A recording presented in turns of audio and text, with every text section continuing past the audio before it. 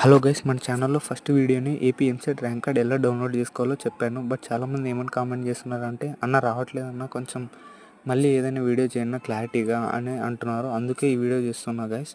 మనం ఫస్ట్గా AP EAMCET official website ఏపీఎస్హెచ్కి వెళ్ళి మన డీటెయిల్స్ అనమాట, అంటే registration number, hall ticket number and date of birth అనమాట క్లియర్గా మెన్షన్ చేయాలి అక్కడ.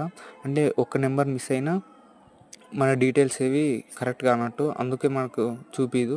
ఇప్పుడు చూడండి guys, registration number and AP EAMCET hall ticket number and date of birth.